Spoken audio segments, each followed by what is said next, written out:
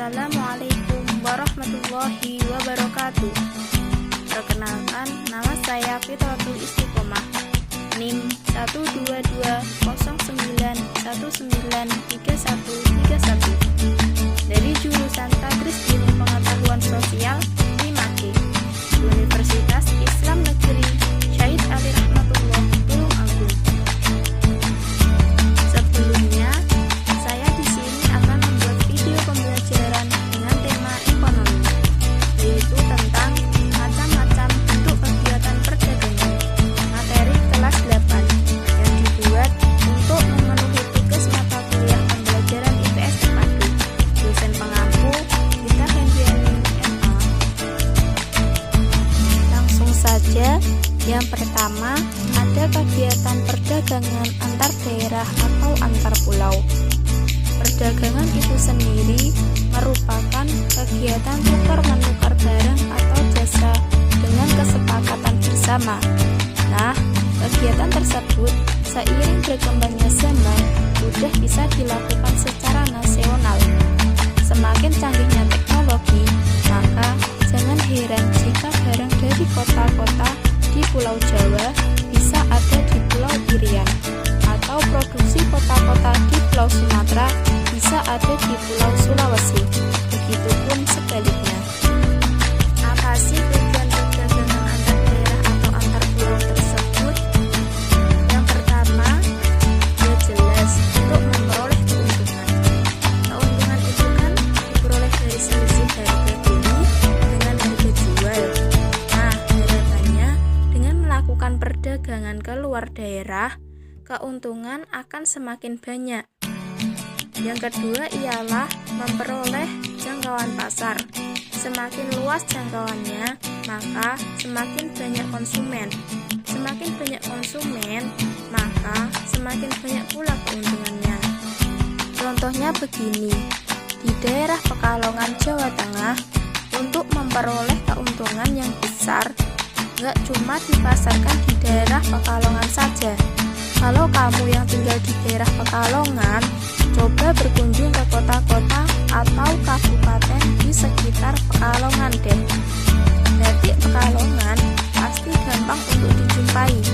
Nah, kira-kira seperti itulah contoh dari perdagangan antar daerah. Selanjutnya, paling enggak ada dua faktor pendorong perdagangan antar daerah. Yang pertama, perbedaan faktor produksi yang dimiliki, terutama faktor produksi alam.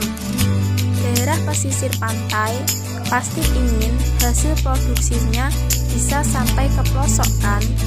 Nah, begitu juga yang di daerah pelosok pegunungan. Hasil produksi seperti sayuran dan buah-buahan pasti juga ingin sampai ke tangan penduduk di pesisir. Oleh karena itu, diperlukan adanya kegiatan perdagangan di mana hasil produksi bisa saling memenuhi kebutuhan. Faktor yang kedua yang mendorong perdagangan antar daerah atau antar pulau ini ialah perbedaan tingkat harga. Contohnya begini, kota Pekalongan yang terkenal sebagai penghasil batik, pengrajin batiknya pasti ingin mendapatkan uang dong. Nah, umumnya harga batik di Pekalongan lebih murah karena Pekalongan pusat dari pengrajin batik. Oleh karena itu, para pengrajin batik di Pekalongan memasarkan batiknya ke daerah lain. Selanjutnya yang kedua, ada kegiatan perdagangan antar negara. Kegiatan perdagangan antar negara ini merupakan aktivitas transaksi masyarakat suatu negara dengan masyarakat negara lain. Contohnya begini, orang tua kamu membeli barang elektronik atau sepatu, tapi barang tersebut dikirim dari luar negeri, misalnya Singapura. Nah, itu contoh kegiatan perdagangan antar negara.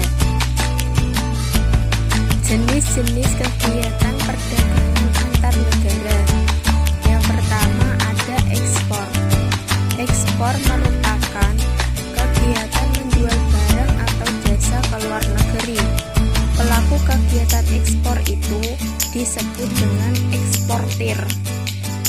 Tujuan mengekspor barang atau jasa ialah memperoleh keuntungan.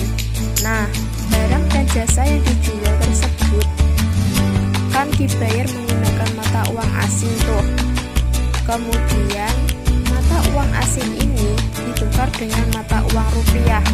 Maka, mata uang asing tadi otomatis akan disimpan oleh pemerintah sebagai devisa negara yang bisa digunakan untuk mengimpor barang. Yang kedua ada impor. Impor merupakan kegiatan membeli barang dan jasa dari luar negeri. Pelaku kegiatan impor disebut dengan importir. Proses transaksi impor itu ketika importir membayar barang yang dibelinya dari luar negeri menggunakan mata uang asing. Kalau dari contoh yang membeli barang dari luar negeri tadi, berarti tukar dulu rupiah ke mata uang luar negeri, misalnya dolar Amerika Serikat. Selanjutnya, yang ketiga ada barter. Barter merupakan transaksi dengan saling menukarkan barang satu sama lain. Barter dilakukan dengan terlebih dahulu menentukan nilai suatu barang untuk kemudian dibayar kembali dengan barang yang memiliki nilai yang sesuai dan disepakati. Selanjutnya, yang keempat ada konsinyasi atau konsignan. Kamu pernah lihat nggak ada ibu-ibu yang menitipkan kue atau jual di warung atau dalam skala lain, dan yang menitipkan bajunya untuk dijual di distro-distro. Nah, transaksi dengan sistem menitipkan barang disebut dengan konsinyasi. Dalam lingkup internasional, barang-barang yang mau dijual atau dititipkan di pasar internasional dulu menunggu adanya pembeli. Penjualan dapat dilakukan melalui pasar bebas atau bursa dagang dengan cara dilelang. Selanjutnya yang kelima ada trade deal. Trade deal merupakan kegiatan perdagangan internasional yang berguna untuk memperluas pasar suatu produk. Sistem ini dilakukan dengan cara membuat perjanjian dagang atau trade agreement dengan suatu negara. Isi perjanjian tersebut berupa ketetapan jumlah barang yang akan diekspor ke negara lain atau diimpor ke negara tertentu. Yang keenam ada border crossing. Border crossing adalah perdagangan yang terjadi di negara yang saling berbatasan dan berdasarkan perjanjian tertentu.